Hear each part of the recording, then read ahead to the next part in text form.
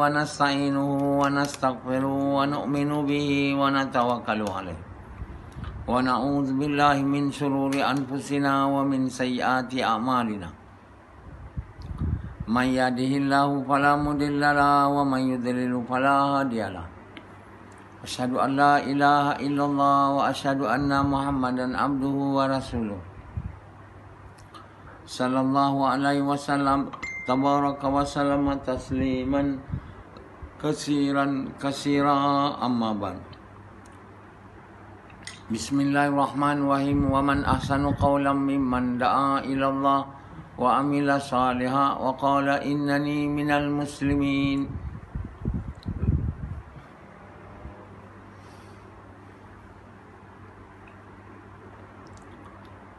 My dear brothers and respected elders and respected sisters, Allah subhanahu wa ta'ala has given us the religion of Islam to be our religion, the religion for the entire mankind, for the entire man and woman who live in this world. Why Allah has given us the religion? Because it is a means for giving us success in this world and hereafter. What is success? Success is to live with peace and tranquility, with blessing in this world, and to live with happiness and joy in Akhirah, in paradise. So the life of this world is like a prison to the believer. What it means by the life of a believer in this world is like a prison, it means he cannot do whatever he likes. He cannot follow his whims, his fancies, his desire. He has only to follow the desire of Allah. That's what it means. The life of a believer is like a prison. When a person goes to prison, he cannot follow and do things whatever he likes. He has to follow the rules of the prison. You have to eat at the time which has been assigned for eating, similarly with all other other course of the daily course. They have to do in accordance to the rules of the prison, not according to his wishes, his whims, his desire. Unlike the people who are outside the prison, they can do, their daily course as they like. They can sleep whenever they like, they can eat, they can drink, they can go outside. Because they are not in prison, they are free. So the life of the non-Muslim, the non-believer, it's like paradise for them. What it means, they can do whatever they like. They don't have to follow rules.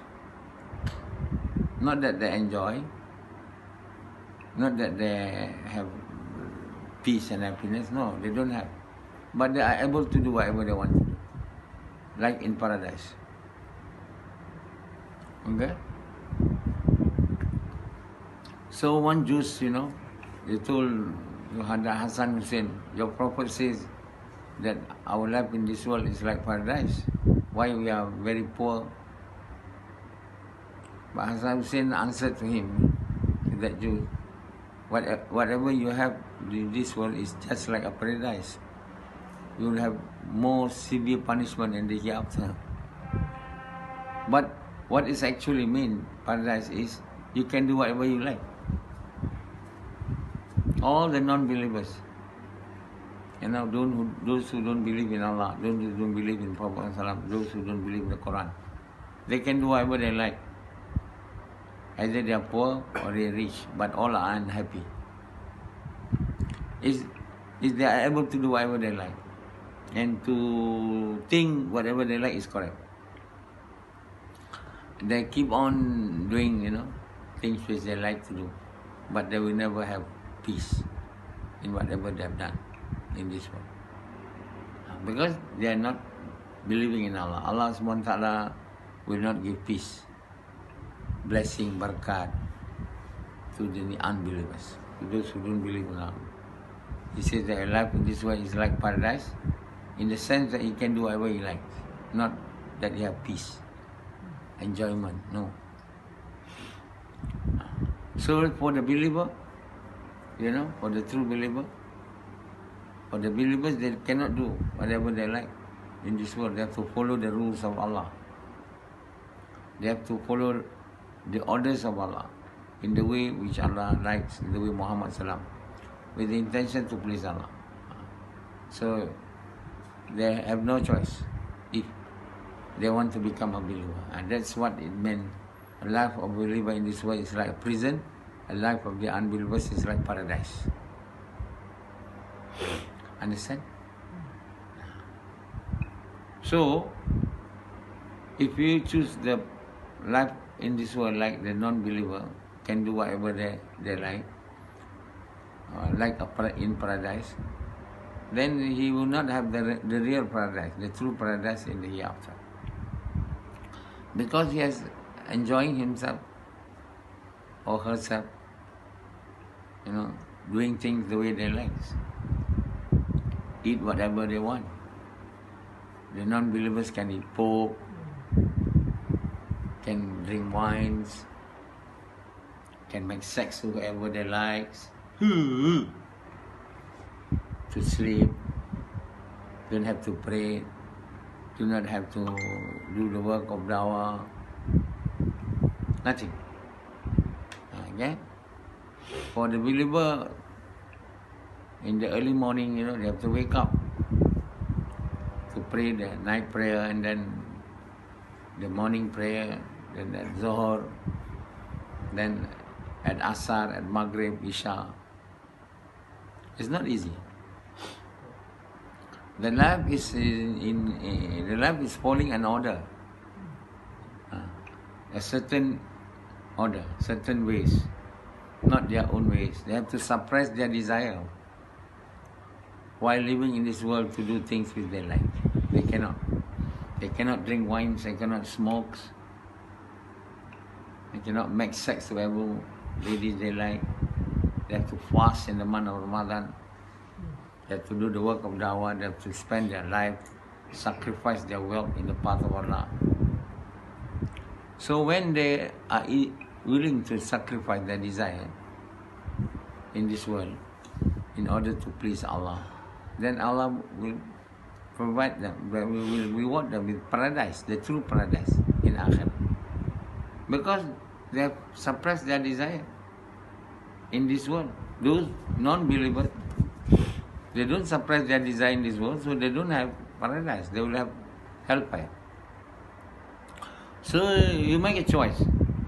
Either you want the false paradise in this world, able to do whatever you like, or you want the true paradise. The true paradise is certainly not the same as whatever you can call this worldly life as paradise. It's definitely, the true paradise of Allah Subhanahu wa Ta'ala. Allah have mentioned in the Quran the life of paradise, whereupon they will be made to dwell in paradise forever. Okay? Their desires will be fulfilled to whatever they want. The food that they eat are so delicious, the fruits, so comfortable that they couldn't imagine will ever be able to have such a life when they live in this world. Whatever they hear about paradise now is totally different from the true paradise. You may say, you eat this, you eat that, but the real paradise is not the same. It cannot be described in words. Nobody have gone to paradise and have returned back to this world to tell us how paradise look like. Understand? You can only have a glimpse of it, not really true. The true paradise is superb, unimaginable. The peace and tranquility, happiness is beyond description of words. Whom nobody, this mortal have ever seen. So, which paradise we choose? The false paradise or the true one? An intelligent person, wise person, or sane person who are not mad will certainly choose the true paradise instead of this worldly false paradise. Many people want to make their life in this world like a paradise. They went to party, karaoke, they enjoy drinking, making sex with so many women. But at the end of the day, they got disease, infections, drunkenness, problem. It is a false. It's a false paradise. It cannot give you the root. It leads you to inconveniences, and it leads you to harmfulness. Drinking so much, having so many sex with so many white women. Have you ever seen people who indulge themselves in this worldly pleasure end up successful? No, they end up become a sick man, infected with AIDS. These are the people who try to make this world a paradise. They end up having AIDS, or they become person who are intoxicated with drugs and alcohols, and having broken family. They don't end up a pleasing lifestyle, even to themselves. Sufyan, if he want to make this worldly life a paradise, he will be devoid. He will not be able to get the true paradise. Whoever wanting to choose this worldly life a paradise, they will not get the real paradise. Never. They will be thrown into the hellfire. They will be there with a lot of pains and miseries, and they will regret for making the choice to make this worldly life a paradise. They have been deceived by their desires, by the devils, for choosing the worldly life to become their paradise. It is not paradise. Okay? It's not at all. Even if you have a beautiful house, you have plenty of food to eat, but still you don't have peace, you will have always problem in the paradise of the world. If ever you will be given such a life of luxury, you will not be a happy person. You will always have worry,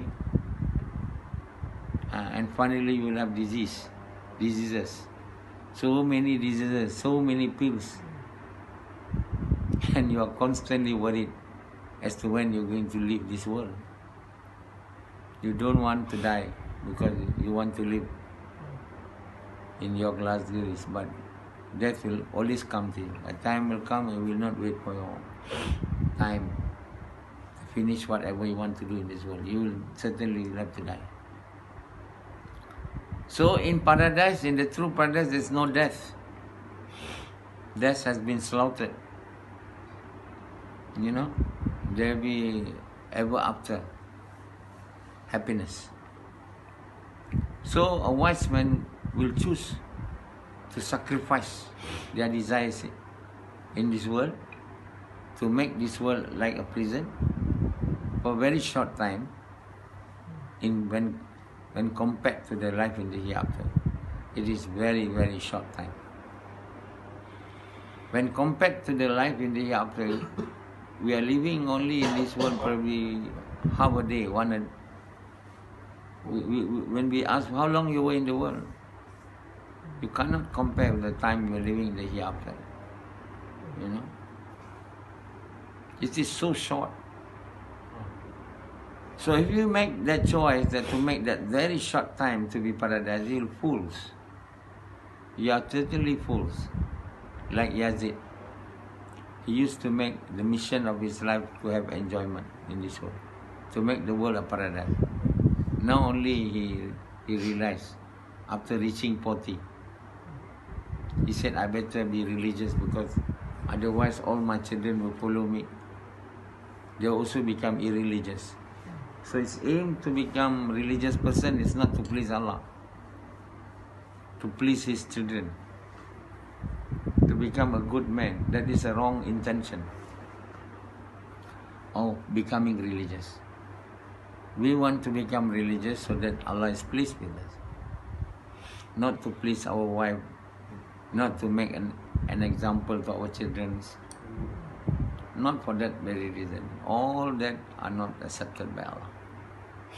Allah wants us to obey Him in the way He is pleased, so that we please Him, not to please ourselves, our children. So Yazid is not making the correct intention, because he is not learning anything from anyone about Islam. He simply follow what others are doing. He is only following what they see. Everybody is doing it. Oh, I'm a Muslim. Yazid say, I must become Muslim. I shouldn't become other than Muslim because I'm born Muslim. And that is not the true reason why we become Muslim. Because I'm a Muslim, born Muslim. My father is Muslim, so I should become Muslim. No.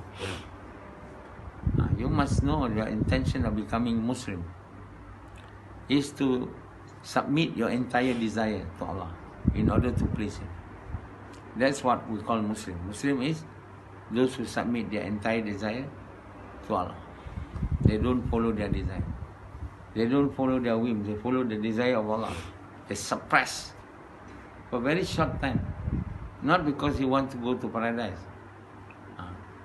It's to please Allah. But Allah is pleased, Allah will reward those who are able to suppress their desires in this world with paradise. We shouldn't want to become Muslim because we want to enter paradise. Paradise is the promise which Allah has given to those who are able to suppress their desires in this world, but should not be our aims. Our aim to submit our desires to the will of Allah is only to please Allah, to make Allah is pleased to us. This is called sincerity. We have to become Muslim with sincerity, not like Rashidi. Want to become religious so that people will call him a pious person.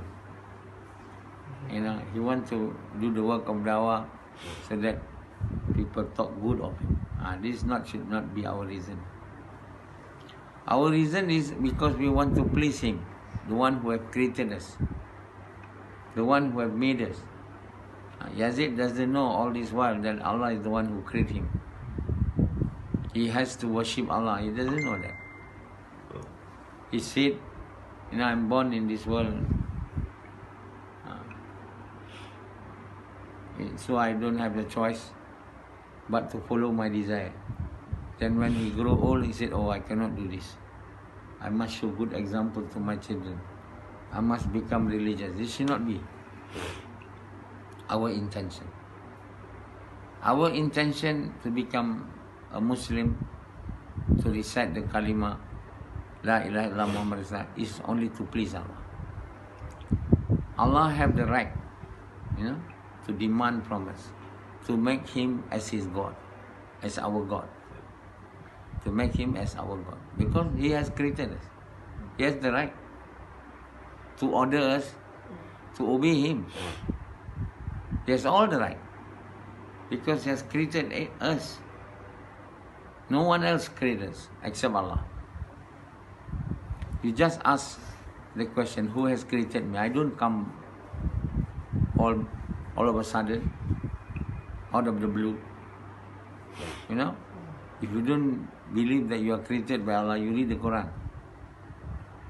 You know, Nabi Muhammad SAW, he's not a scientist, he's not a doctor. But how can he write such words which are only known by doctors and medical scientists? How he described in the Quran the way he has created us from just a sperm, a clot. It is known only by those who learn embryology, you know, those scientists, medical scientists and doctors who learn medicine. They only know, normal people would not understand it, the procedure. But Allah revealed it in the Quran, vividly clear, paces after paces. How come Muhammad SAW knows? He doesn't know.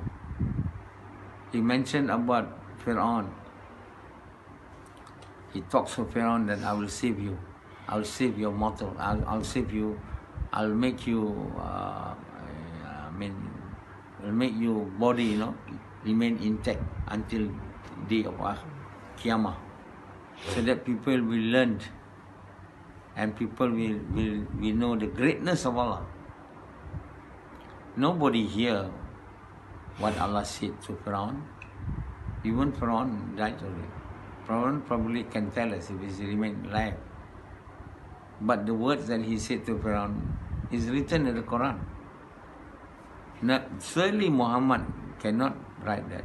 Muhammad doesn't know anything about history. But it is mentioned in the Quran. So that doctor, French doctor who were trying to, to treat the mummy of Fir'aun was astonished to find out there is salt inside his body that prove that which is able to prove that he has died drowning in the sea. But when compared to all other mummies, in order to make a mummy, you have to take out all the internal organs. You can't make mummy with all the internal organs intact. You can't. You have to put medicine inside. But Fir'aun mummy, no, it is remained intact. Everything is inside. His face, everything is there. So nobody can do this mummy except the creator of man. So he became Muslim. All in the Quran mention things which are not understood. He said the whole universe is created by big bangs. This is a theory. Allah mentioned the Quran, big bang. It's something that breaks. So it is not in the knowledge of Muhammad. It's not written by Muhammad, this Quran. It's written by the creator of man. The one that created us and the entire mankind. Why are we not to believe in him? Why? You ask yourself, why you are so proud? Do not want to worship him, to obey him when he's telling you the truth. If you obey him in the way he likes, he will give you a life of this world with peace and tranquility, with barakah and blessing. And in the hereafter, you will be made to enter paradise, a place where you will be able to have whatever you want, and whatever you ask will be given. Why shouldn't you believe in him? What make it so hard for you not to believe in Allah who has created you? What has happened to you, Sufyan? What has happened to the entire mankind who doesn't want to believe in Allah, do not want to recite the kalima? Why? Is there anyone else created you? Or you become all of a sudden magic? No. You are created. You read the Quran. You do not want to read the Quran. The problem is, you never read in the whole your lifetime a Quran. You never understand. You never understood whatever written there. And with the permission of Allah, I've written the interpretation of the Quran in English. You can easily get it from Google Play or from Amazon.com. You just type my name. So you must read it. You must know that book is not a book written by Muhammad. It's a book, the revealed words of Allah. And the words of Allah are the truth, nothing but truth. Read it properly and see as to whether Allah is the one who has created it. The proof that Allah exists is the proof that Quran is there. If Allah does not exist, there is no Quran. The Quran is not the words of the devils. It's not the words of Muhammad. It's the words of Allah, the creator of the world, the creator of the entire mankind, the creator of you and me. And you must, what's wrong with you? Do not want to believe in Him? What's wrong? Something wrong with you. Either you are mad or insane. You know, you are out of your mind. Do not want to believe in the being that has created you, have nourished you, fulfill your desires, give you eyes and nose and everything else. In the ear, give you this, give you that. So why you want to resist His order? Like Yazid, disobeyed him. Yeah? What right we have to disobey Him? We have no right. We are created by Him. He is the one who nourishes, fulfills our needs and desires till the day when we will die. So if we do not want to follow the truth, do not follow His words, what He has ordered us in the Quran, then we deserve to be in the hellfire. Not that He loved to make us in that, to throw us into the hellfire, but He wants to do justice to those persons who obey Him, listen to Him. He promised them to make them to enter paradise. And those who disobey Him must go to the hellfire. He has to be just. To put those who disobey Him in paradise is injustices. Similarly, to put those who obey Him into the hellfire is a great injustice. So He is not unjust, He is just. Everyone has to bear the consequence of their own actions, not the action of others. Allah says, "O Muhammad, you are not their guardians. You are not the one who, you are not their parents. Muhammad Salam is not to bear, the consequence of the bad deeds that we are doing. Even though we are the followers of Muhammad Salam, we are not. He's not to bear any sins of us.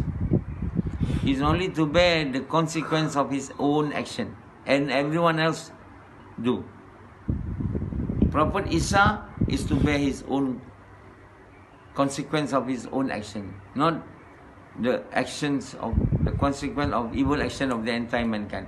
Is not crucified in order to atone the sins of the entire mankind. This is pure injustices. God is not never do injustice. That's not God, the one that do injustices. God is most just, and He is Allah. So we have to mend our own ways, do our own good actions. And if anybody do bad action to us, we don't need to be worried.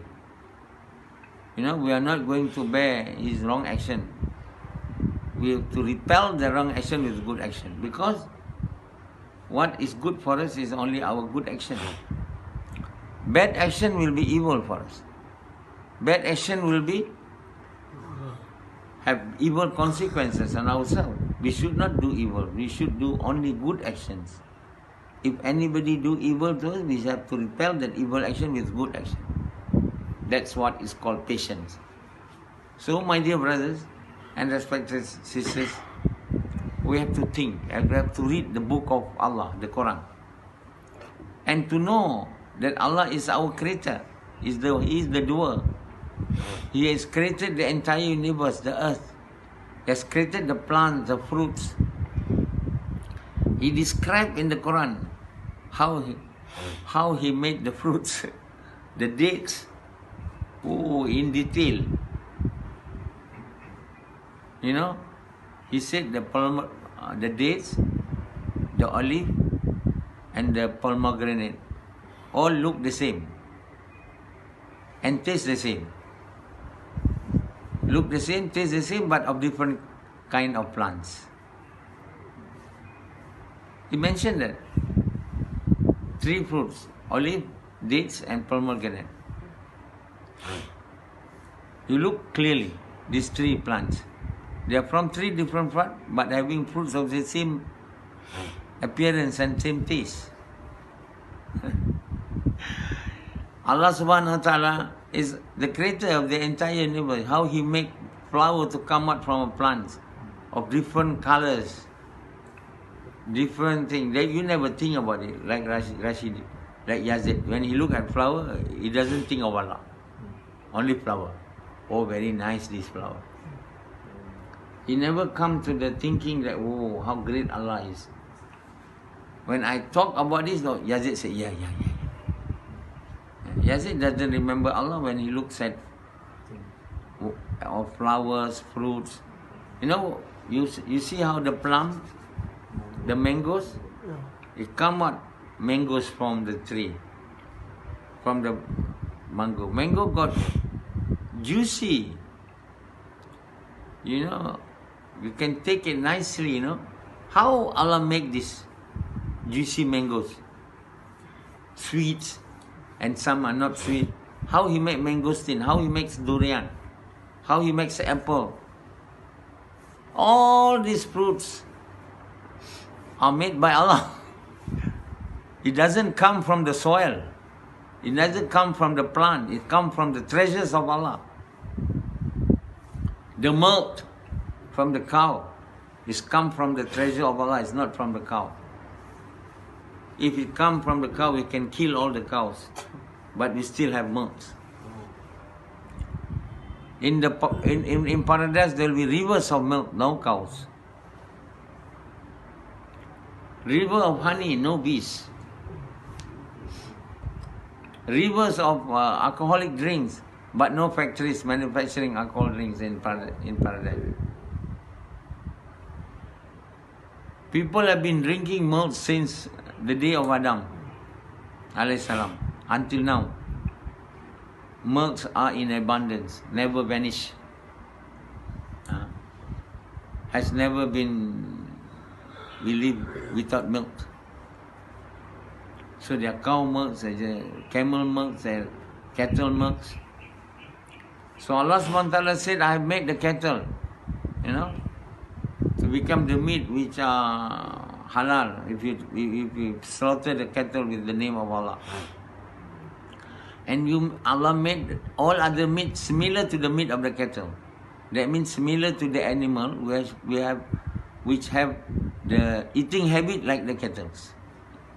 So the cow, the goats, the birds, all halal. You know, chicken, because they don't eat animals. They are not predators. They eat like cows, mean grass and small animals. Allah has made the meat of this kind of animals to be halal, provided you slaughtered it in the name of Allah. Allah mentioned in the Quran. Allah made the cow, you know, the goat, and all the other animal, birds. But we cannot eat tiger. We cannot eat lions, snakes, because they eat animals, these animals. Tiger, lion. Don't be like the Chinese. The Chinese who don't believe in Allah,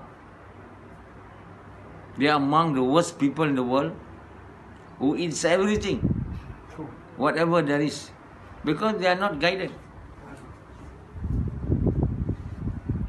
They don't read the Quran. They do not believe in Allah. 1.6 billion Chinese. Even the Chinese Muslim in China do not give dawah. They don't invite the Chinese who are not Muslim. So they've been left astray, eating everything. Even monkey they eat. You know? So pity the Chinese. We must invite them to Islam. You know? So they got, in Wuhan, they got markets of animals.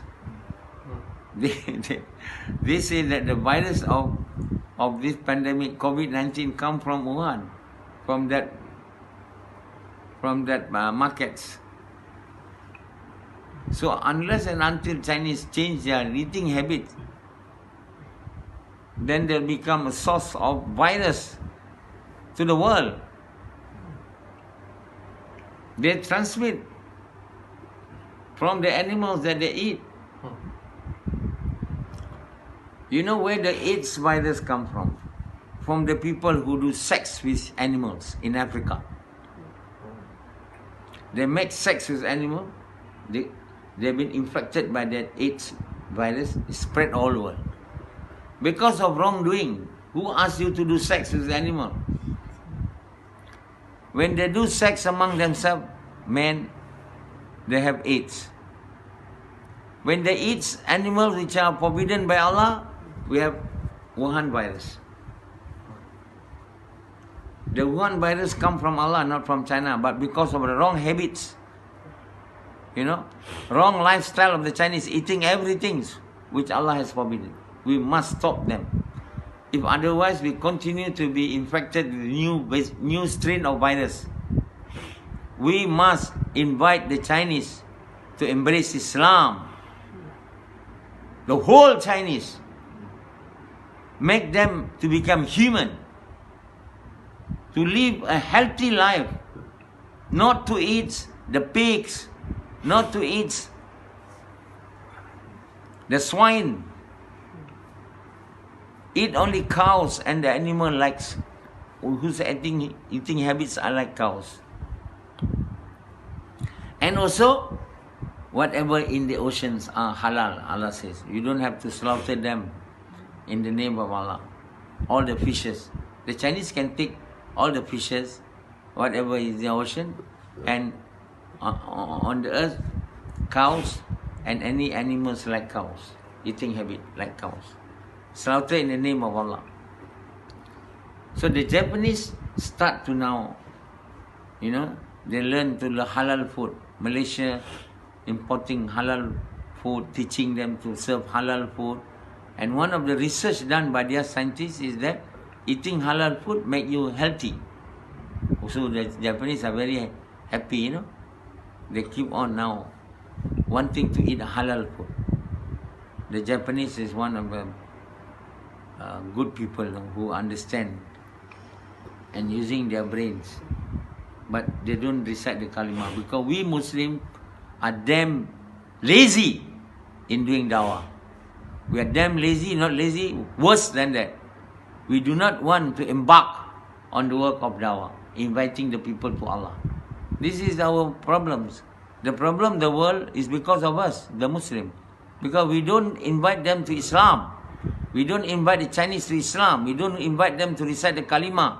We are only thinking more of our own self. That we go to paradise and the rest will go to hellfire. This should not be our attitude. We are to follow what Allah has ordered. Allah wants us to invite the entire mankind to Allah. Not to eat, to have Idul Fitri, Idul Adha, go for Hajj and Umrah and praying day and night. The main work of the Muslim, the believer, is to convey the words of Allah, the Quran. To go around the world, to preach Islam in your locality as well as your town, in your country, in the whole world. So we have to spend time to doing the local works. Spend time to do the work in the city, in the country, in the whole world. To preach people to Allah. To call people to Allah. To believe in Muhammad sallallahu alaihi wasallam and to believe in the Quran.